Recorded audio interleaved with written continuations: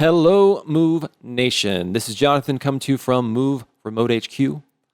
Today, I have an interview with the lovely Leslie Eason. And Leslie is a high-powered attorney and the mother of a teenage adopted son, and recently the receiver of a liver transplant. And so we talk about those things. Plus, we talk about priorities and a little bit about nutrition and exercise before and after the transplant, and some goal setting and all that usual stuff. This was a fun conversation for me. I really love talking to Leslie. I love working with her. We have a whole lot of laughs, as you can tell. So please give it a listen and please enjoy.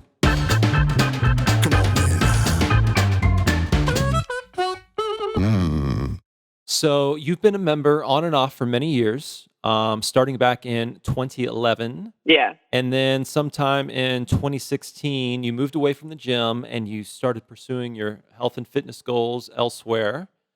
And I'm sure a lot of other life happened at the same time. And Yeah. then in late 2019, you reached out to us and discussed doing private training with me in something I call Guide to Being a Badass. Yeah. So we started that in January, and then a few short weeks later, you ended up having surgery and you had a liver transplant. Yes. So I'm curious if you can discuss a little bit about your condition and kind of what led to having the transplant and all of that. Yeah. And that's funny because actually when I joined what was CrossFit East Decatur at the time, I actually went over to CF Atlanta, and it was because the workouts at East Decatur were amazing, but I could never breathe. Like there are a lot of EMOMs, a lot of WODs required, a good engine, quote unquote. And I thought I never had a good engine just because some people, have one and some people don't, and some people are trend towards athletic and others don't. And so I went over to CFA because they had weightlifting, and I knew I could do weightlifting without having to breathe super hard. But my difficulties with breathing continued to the point where I went to my doctor and they said that my liver was growing. I actually went for vanity purposes. I was trying to get ready for bikini season, and I noticed I couldn't get a six pack. And so I went to the doctor, and they were like, "No, your liver is growing. We don't know why, but we'll keep an eye on it." And so I kept on life as usual, still mostly doing some weightlifting and then some other things, like you said. And then it got to a point where the liver was visibly enlarged. Like you've seen the pictures, like it looked like I was pregnant. And I couldn't breathe, and my heart was racing really fast, et cetera, et cetera. And to this day, they don't know what it is. They've sort of written it off as some sort of autoimmune issue. But it's weird because when you're, into fitness, like fitness, even if you're not good at it, like you still want to do it. And I find myself really lonely when I wasn't able to do it.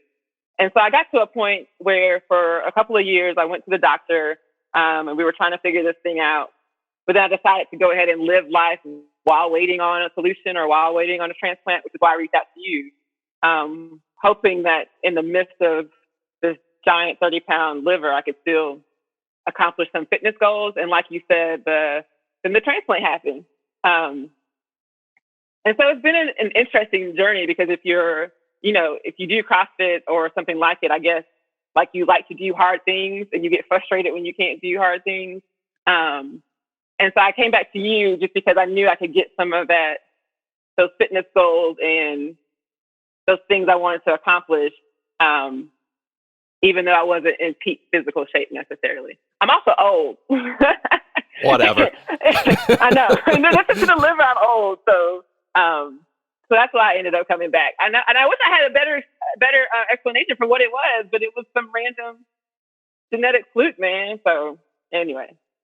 So you found out that it was around 4 years ago. Yeah. No, I found out like I had to have been right after I left Move Gym.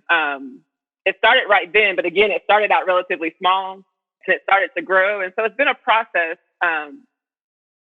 trying to figure out what it was. And eventually it got large enough to where it was actually suffocating me, which was a problem for obvious reasons. And so they put me on the list, but again, because they didn't know what it was, didn't know if I was a good candidate, whatnot.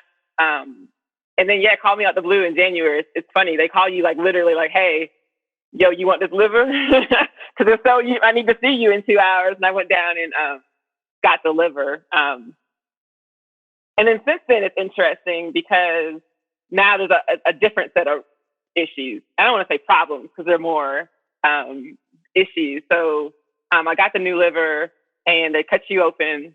And then they give you all these, they tug you full of all of these meds, which is interesting. And you're trying to be grateful. At least for me, I was trying to be grateful, like, yay, new liver. But also you feel like complete shit for a period of, like it took me 2 months. And then I came back to you sort of for the same reason. Like I knew I couldn't do everything I wanted to do. So wanted to do something and wanted to stay fitness minded. And so that's really my takeaway from all of this. Like I started CrossFit, wanted to go to the games. I even went to California. I was like, that's going to be me and Rich Froning, baby. We're going to be on this team together. And now it's more practical. Now it's like I want to move well. I do want to look good naked. But I want to eat well. I want to feel well. And I don't want to look back when I'm 50 and be like, holy fuck, what is this patch of cellulite, So. Do you think that just the fact that you had the enlarged liver, do you think that changed your priorities, or do you think that changed maybe your approach? Or that's a good question. I know it did for a long time. So after I left CFA, I wanted to do bikini comps. There's a segment of CrossFit that after you work out and you start looking good naked, you're like, everybody needs to see. Everybody wants to see this. Yeah, everybody needs to. Me, I need to share this with the world in a sparkly bikini and heels. You're welcome. I know, right? No, I mean, that's part of what CrossFit does. And so it changed my priority in that I couldn't do that. But my main priority in fitness has always been not even the looking good naked, but to do the things. Like I like deadlifting 300 pounds, I like back squatting. I like being strong and mobile. And I like the community, which is something I think, like I used to go to Barry's and Flywheel. But hanging out with people is a real, to me, important priority. And so it didn't change in that respect. I just needed to change how I went about it, I guess.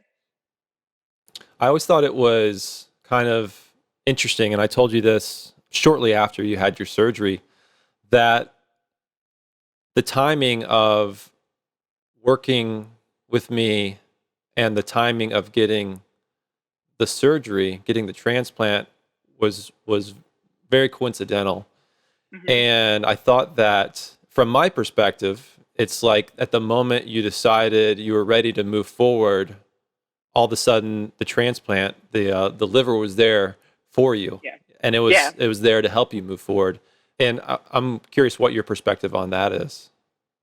Sure. And like part of me believes in, divine timing. Everything happens when it's supposed to happen.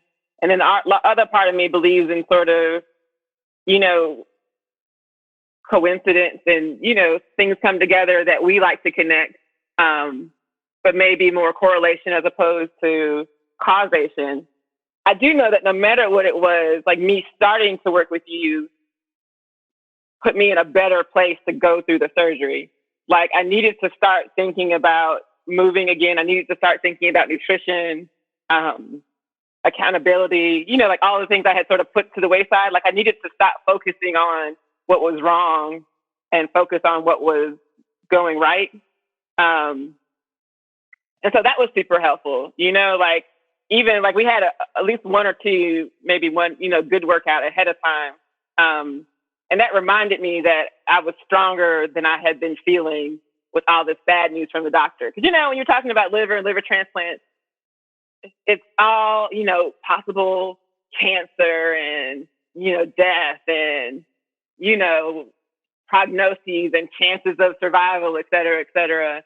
Whereas working out with you was a lot more positive. It's like, well, what can you do? What should you do? And so I think it, regardless of whether it was because I manifested it or because it would have happened anyway, that period of time was I found it to be super helpful.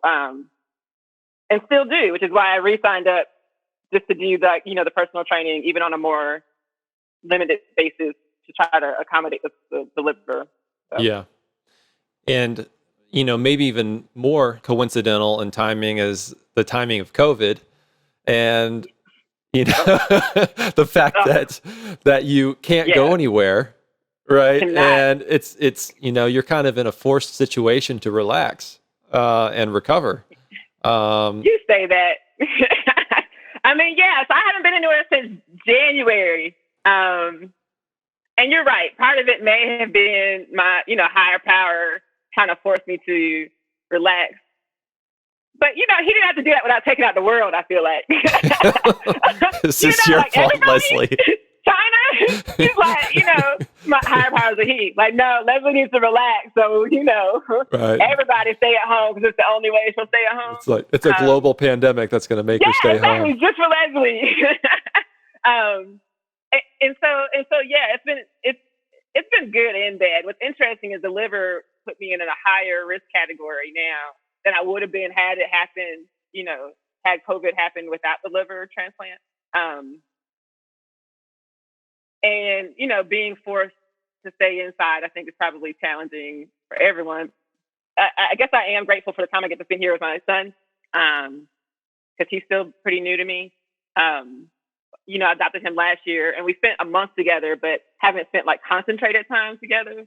So between getting to spend time with him because of the shelter in place, and then I guess some forced rest for my liver, trying to turn a negative into a positive, but right. I don't know, Jonathan. Let's be done with this. Let's go outside. Okay. We'll do it as soon as we can. I know. this time next year. Yeah. So you adopted your son.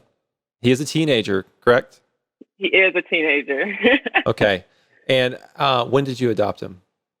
So I adopted him last January. He moved in last January.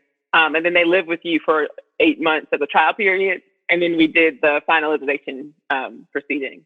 But it's funny because it was another one of sort of the liver things. I had been waiting actually didn't want to have kids ever. That was very intentional. But thought about adopting because I have more than I deserve, and felt like this was a way I could really give back, especially teenagers in the African-American community have a hard time getting adopted. And so set out, but had been waiting on the liver thing to resolve itself. I didn't want to, need a new liver and then he come. I don't know. It just seemed really messy. But again, got to the point where I was like, well, I can't stop everything because of this one thing. And went ahead, and it's amazing. I don't know. It's hard as hell to be fit. It's hard because he's a teenager and then he's adopted and then, he's a teenager. I'll say that again. I remember. Yeah, I know. I don't mean to gender stereotype, but mine kind of sounds like funk all the time. But it's been amazing. It's another reason why I thought about getting in shape. He's very physical, and I was getting my ass kicked in basketball and and everything else. But also, at least in my case, having a kid makes me want to be a better person. That sounds so cheesy, even as I say it. But being physical, staying around a long time, staying healthy, making sure you're doing the things so that you can be there for your kid was really important to me. So yeah, no, that's a teenager. I highly recommend it. What made you decide to go that route with a teenager? I know you said to give back, for inner city kids, particularly, and for teenagers, but what specifically drew you to that decision? And that's a good question because people always ask me that. And I think it started, I have a best friend who was working in social services, and he said there are a lot of African-American professional women who are in these high-paying jobs with all these money, Gucci pumps, et cetera, et cetera. And on the other hand, there are all these teenage girls who could really use, someone to step into their lives and make a difference, that are in the system, usually in foster, et cetera, et cetera. And he had said it like 10 years ago, like 2005, like a long time ago. And that sort of stayed with me. But again, I hadn't had any intention of adopting a kid. And eventually, I don't know what actually made me act on it. It was just the thinking about it. And then finally the let's do this. I feel like I'm supposed to do this. And so I went out looking for a girl. And then I met Nick, and he cracked a joke that I would have made. And I was like, oh no, this is totally my child. This is totally my kid. And in fact, to this day, like I still totally feel that way. Like it was a good match. It worked out really well. I feel like it went the way it was supposed to work out. And I don't know. It's just made a huge difference. And I'm really fortunate to have him in my life, even if I want to kill him every other day. So. Right. Obviously, you were probably under a lot of stress. I imagine, and maybe don't let me put words in your mouth, but I imagine with the diagnosis of the enlarged liver and not knowing when you would, if you would, get a liver transplant, that could be fairly stressful. Mm-hmm, definitely. I feel like adopting someone is a very hopeful thing. Yeah. Right? So... Yeah, you're right. You had this diagnosis, you didn't know when or if you were going to get treated, but you were still moving forward and adopting, and you were still moving forward and working on your health and fitness and those types of things. So is that just a part of your ethos, or is that something that maybe was passed down to you from your family, or? Yeah, and I think of both. But in the most humble way I can do it possible. So I think I'm innately a selfish, very, very selfish person. Like if I had to be honest about myself, I think about myself a lot. My priority tends to be myself. And a couple of things in life, especially as I've gotten older, have really tried to really inspire me to try to move away from that. I still think it's a problem. For me personally, that I'm trying to work on. And so I was trying to give back, and I think it probably could have been a lot of things. But wanted to do this one big thing again, because it felt like it was what I was supposed to be doing. But also I think, again, personally, that sometimes in your giving back, you can get out of yourself. And I was, concerned that being so much into myself and being so self-centered,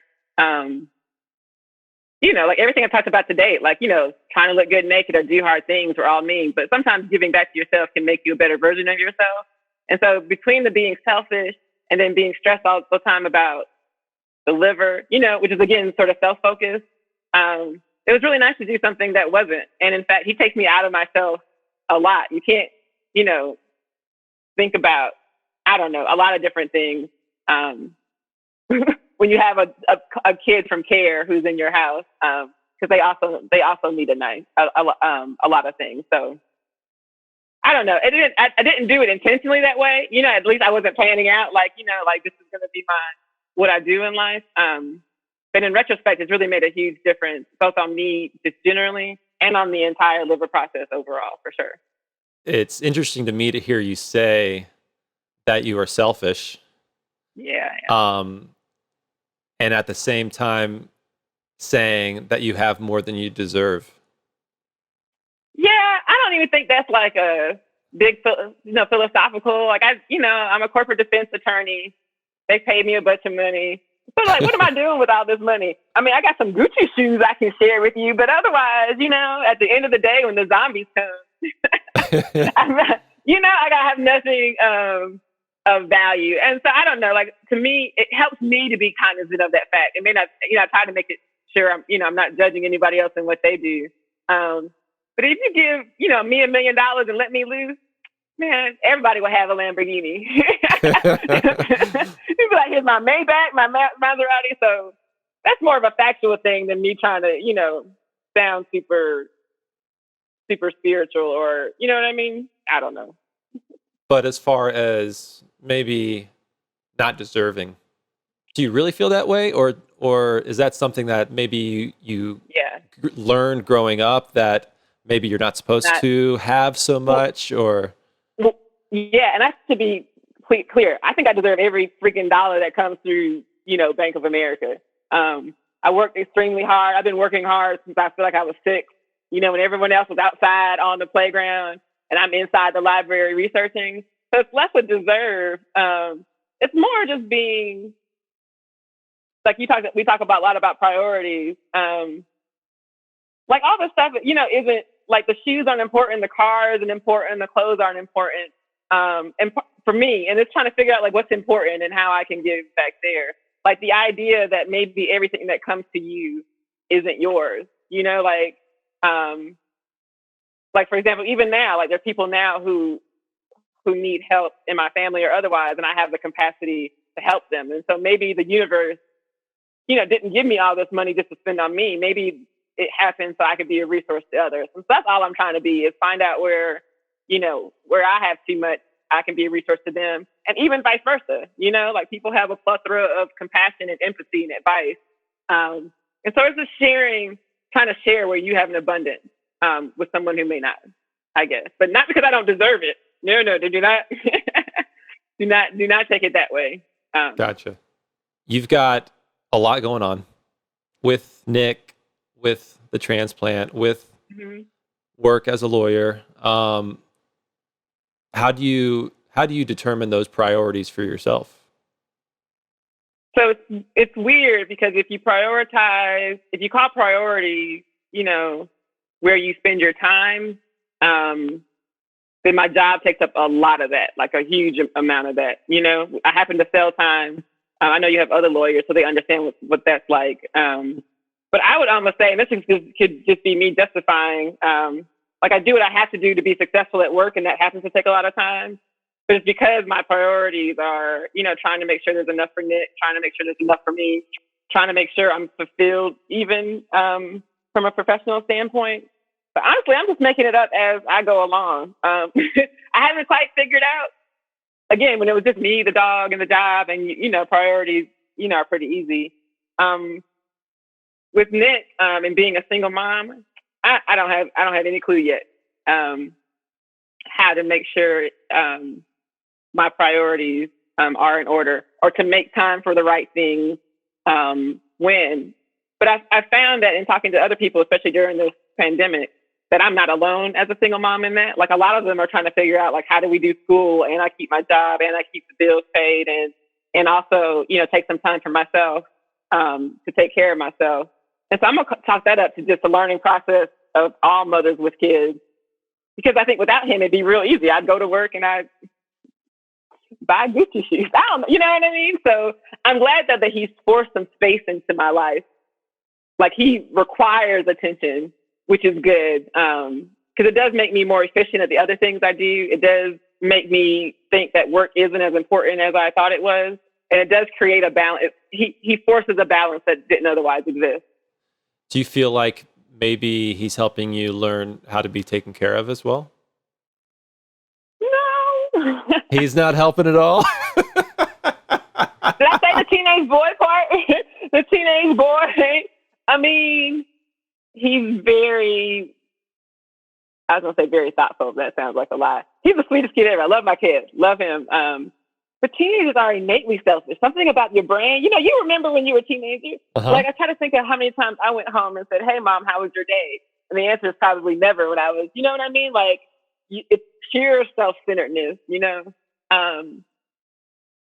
But that doesn't mean he's not helping, but he's not, per se taking care of me. I guess he is adding to the fact that I can take care of me and someone else. That is, I'm not disabled or crippled, or you know what I mean? Like I can, it's more a sense of empowerment. Like I can take care of him, take care of me, like life is going to be okay, sort of thing.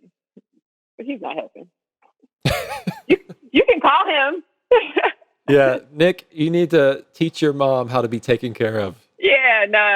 I mean, Maybe. I mean, I did just recently start dating, and that's a new dynamic that may or may not be appropriate for the podcast. Because that's a little bit more of that taking care of, if you believe in the traditional male-female dynamic, which happens to be in line with the guy I'm dating. But this little teenager, he's just going to take care of himself, especially because of his background, right? Like, he's never had someone looking out for him. And so he still continues to do so, like he has his back at all costs. And I'm not mad at that. So if anything, I'm trying to teach him how to be taken care of, because he has a hard time not being his own adult. Just because of, all the other adults that have let him down, including me sometimes, I'm sure.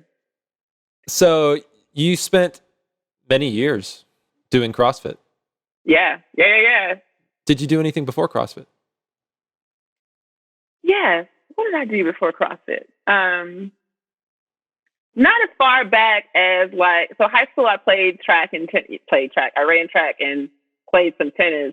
College I didn't. I was pre-med, so, ironically. Uh-huh.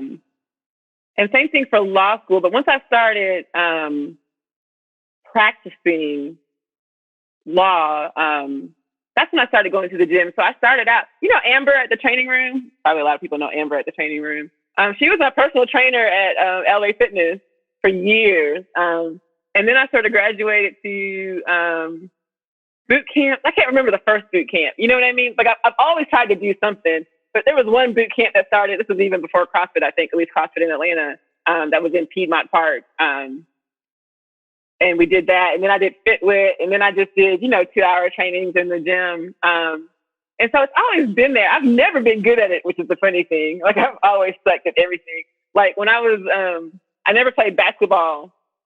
Anytime I would touch the ball, I would break a finger. I've literally broken all of my fingers, all 8 fingers. And if I was tall, people like play basketball and they would throw, and I'd be like, my finger is broken. But no, I've tried to always do something, not even for stress relief, but just because it's fun to do those things. It's also very helpful if you're practicing law to do something that takes 100% of your attention and forces you not to think. Like you can do meditation and you can do that sort of thing. But like, for example, when you're trying to do, an EMOM or, one of the harder WADs, like you have to 100%, at least for me, focus. I'm not good enough at it. So it's so hard. Like I got to give it 100% of my attention. And that break feels good. I ran for a while, like that sort of stuff sort of takes my mind off of work. And so to me, it's my only one true escape, when I'm working out. It's the one time it actually turns off as opposed to me trying to turn my brain and my thoughts off. And you feel good at the end, and so, yeah, so I've always tried to do a little something, but I've never been really good at it. Maybe we'll find something where I'm good at, Jonathan. I don't know what that would be. We'll keep searching. Exactly. Exactly. Do you think that your experience in the gym and with training, and I know you've experimented a lot with different nutrition protocols, mm-hmm. right? So keto and paleo and things, low carb, things like that. Do you think those experiences helped you deal with the transplant? I think so. 'Cause I know my body now really well. But I think that's more a result of CrossFit, as opposed to the other workout things. Like CrossFit came in, at least for me, I was a vegetarian for a long, long time, and introduced paleo, introduced testing your body fat as opposed to looking at the scale, you know what I mean? Introduced certain key, blood factors, all of which I find fascinating, like one of those, just because it's interesting, like just tell me everything. I want to know everything. And so between experimenting with those things and doing those tests, in combination with being at the doctor regularly because of the liver, so I had actually had some, access to information that most people don't know about their bodies. It's been really helpful just to know when things are off and when things aren't off. like, for example, now there's been a point in time when I would have said, I wouldn't have been tracking my macros, or I would have been getting too little of something. But I would have been like, oh, I'm sick. I don't know why I'm sick. Like now I can sort of go back and pinpoint exactly what's going on. Or if I'm doing everything right nutritionally, for example, but something's going on with my liver or my body, I can tell doctors, like, no, that's not that's not for me eating, dairy. Like this is a new symptom and you need to check it out. Not everyone wants to know that much about their body, but I think it's fascinating to kind of to know what you can eat, what you can't eat successfully, and what you can do and what you can't do successfully. So yeah, I think it's been hugely helpful. In fact, I'm going to get my body fat tested again so I can pick up those metrics to see what sort of progress I'm making with training with you. Right now it looks real dismal on the scale. Maybe I'm 5% body fat and I don't know it. We're in a different phase right now. Okay, this is a recovery phase. Yeah. I think though that you are hyper aware right now of what's happening with your body. I mean, you can feel things. I have no clue what having a new liver feels like, but I imagine it's different than having your old liver there. Yeah, no, it is though. Oddly, it is. Yeah. I don't even know. I was trying to put that feeling into words, but there is no feeling about having a transplant. I don't know. Maybe bizarre. Mm-hmm. Grateful. Overly. I'm 100% grateful. But having somebody else's organ in your body is a little bit weird. And then the way it feels when they first put it in is a little bit weird. Like everything is sort of just a little bit weird, especially if you know your body, knew it really well. But, it's part of the journey, I guess. Right. Uh-huh. Yeah. Right. And you can also tell, like you said, like you have limited things you can eat. And even amongst those things that you should be able to eat, you are probably limited because of how they affect you personally. Exactly. Exactly. So again, it's just that hyper awareness of, oh, well, I ate this, or this, and now, I'm in a world of pain or whatever, and you're having to go to the doctor and figure out what exactly is going on. Exactly. So I think you're in an interesting place where you can make some significant changes and, even come out maybe healthier than you were previously. I hope so, because the old liver was no joke. I mean, not being able to breathe and having heart issues daily, it's a small thing compared to what some people are going through who need a new liver. But on a daily basis, breathing is important. I have found. So we'll see. I hope to come out of this amazingly better. I don't want to be a different person, but a smarter, wiser, healthier, better looking person wouldn't be bad.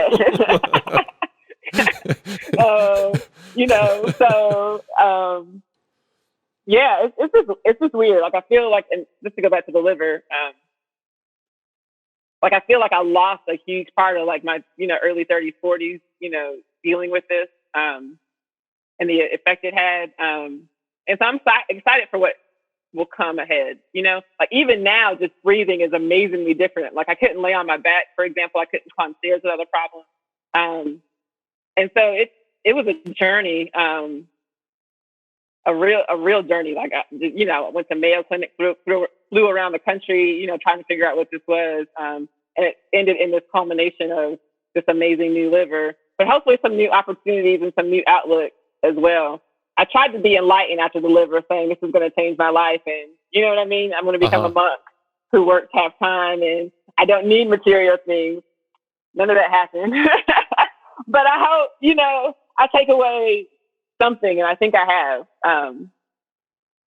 especially as it relates to fitness and nutrition, and at least making that a priority and making meditation a priority. I don't have to give away the house and the car, but being grateful for what life hands you, the good and the bad, and then making the most of opportunities that are hard, and lessen until they change. So, what was it like mentally for you going through the knowing, right? So knowing that your body was out to get you.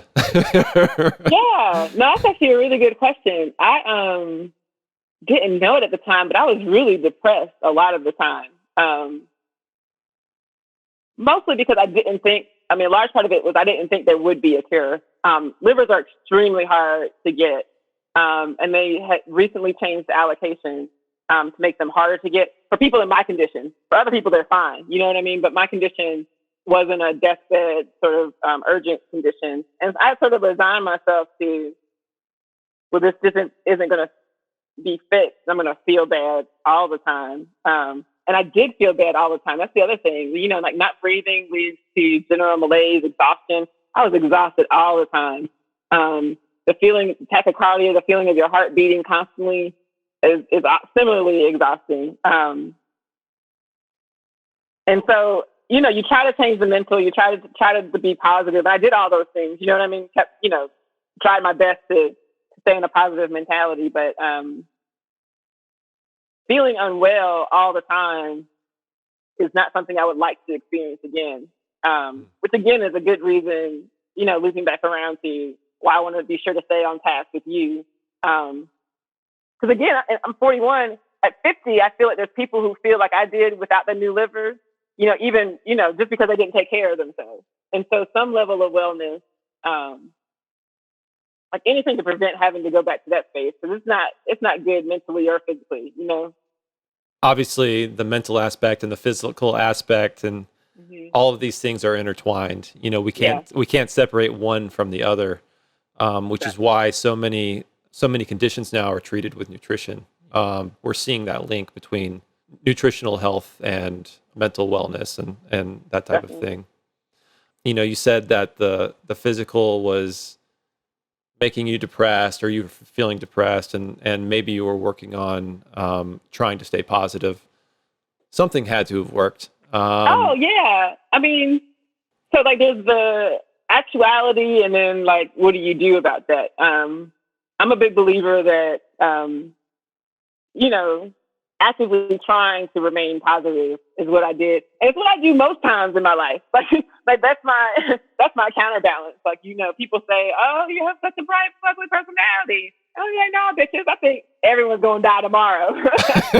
So I found like from a very early age, I had to actively counterbalance my natural tendency to, you know, to think negatively with something positive. And so I try to keep a robust spiritual, you know, practice, the meditation, but also just, I mean, the fake it till you make it. When I feel bad, I try to act as though I don't. And that usually works. Like you said, the mental, you can ask yourself, you know, just like your physical affects your mental can affect your physical. And so, yeah, no, I did all of those things and, you know, don't mean to sound like it was such a depressing time, but it was work.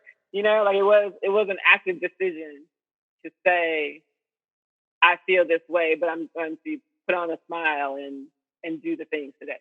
Did you do much journaling, or do you still do much journaling? I don't. I try to journal. I've always wanted to be a journaler. Does that make sense? Ever since I was little, you know, I was like, I'm going to journal. And when I'm 40, I'm going to read them. Pour your thoughts onto paper. Yeah, no, exactly. No. And so I do fill in the blank journaling. Like I can journal with a prompt, but otherwise, ain't nobody got time to be. I don't know. It's not my. It's not my stick. I do participate. I go to Buckhead Church. I do that. I do some other spiritual things, and been heavy into meditating. Those three things seem to help me the most. So. Yeah. What is your meditation practice like? Headspace, the commercial one. I tried actually going to the Shambhala Center over in Decatur, which is amazing. And I hope I'm saying that word right. Yeah, I've been there. Yeah. Yeah, no, it's amazing. Yeah.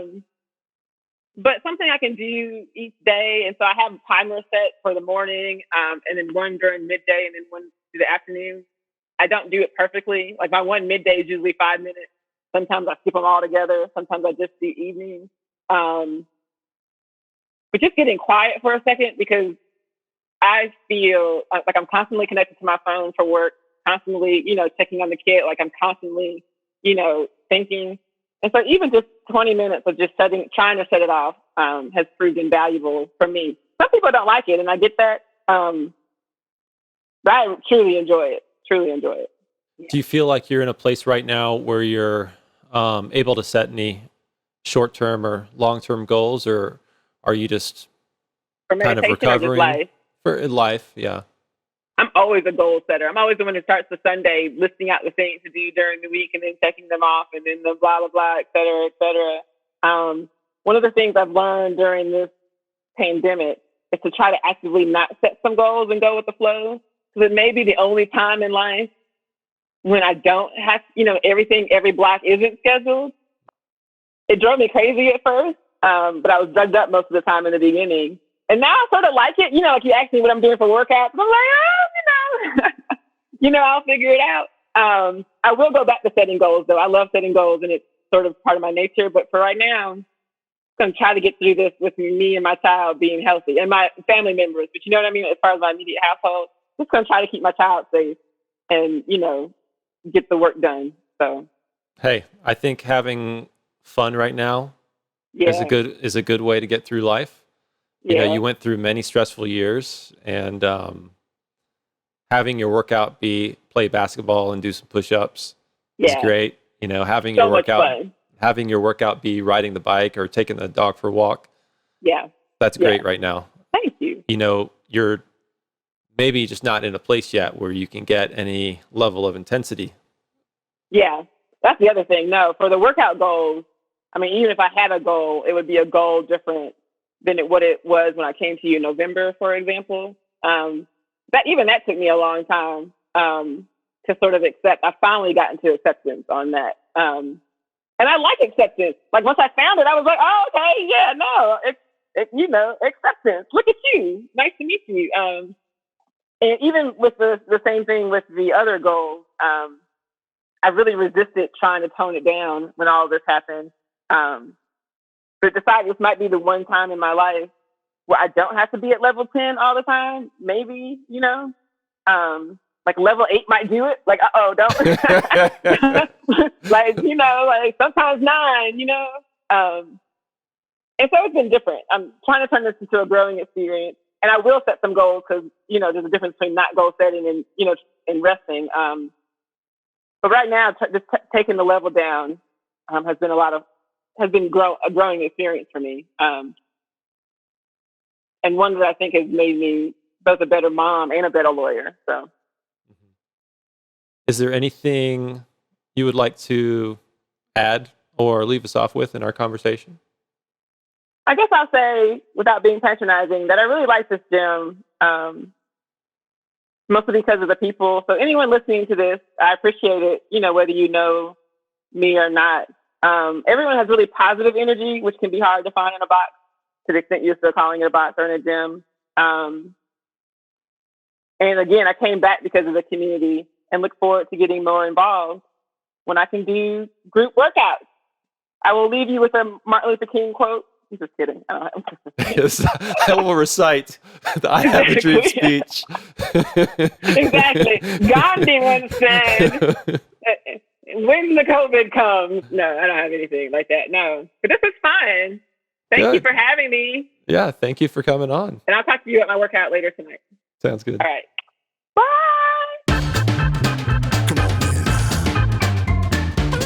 Come on, man.